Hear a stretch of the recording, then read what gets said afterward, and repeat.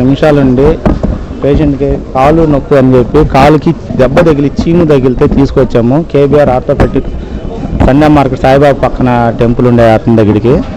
అతను ఏం చేస్తాడంటే డాక్టర్ ఏం చేస్తాడంటే మేము బొట్టన వరకు చీము ఉందని చెప్పి చీము చూపిస్తే దీనికి డ్రెస్సింగ్ చేపిస్తే చాలని చెప్పి 50, 40, 60 సంవత్సరాలు గల ఒక లేడీ చేత ఒక ఇంజక్షన్ చేయించాడు.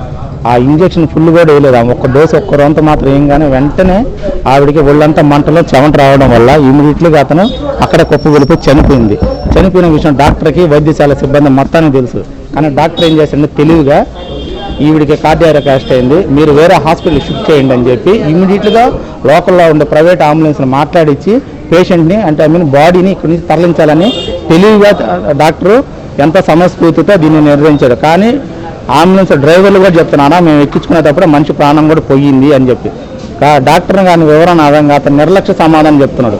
మా నాన్న కూడా మా చేతిలో చనిపోయాడు, మీ ఇంట్లో ఉన్నా చనిపోతాడు, బయట ఉన్నా చనిపోతాడు, దానికి ప్రాణానికి ఎటువంటి హాని ఉండదు, గ్యారెంటీ ఉండదు అని చెప్పి నిర్లక్ష్య సమాధానం చెప్తున్నాడు.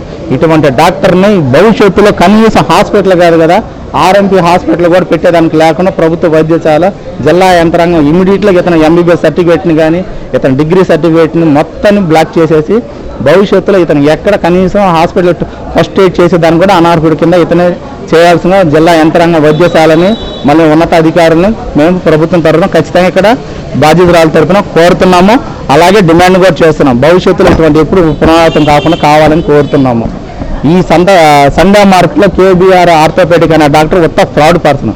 కాలుకి దెబ్బ తగిలితే ఇంజెక్షన్ వేసి ప్రాణాలు తీసినటువంటి డాక్టర్ కేవలం డబ్బు కోసమే వైద్యం చేస్తున్నాడు, కేవలం డబ్బు కోసమే ప్రాణాలను చూస్తున్నాడు. డబ్బు లేకపోతే కనీసం లోపలికి కూడా రానిది. ఇటువంటి డాక్టర్ ఉన్నా ఒకటే లేకపోయినా ఒకటే.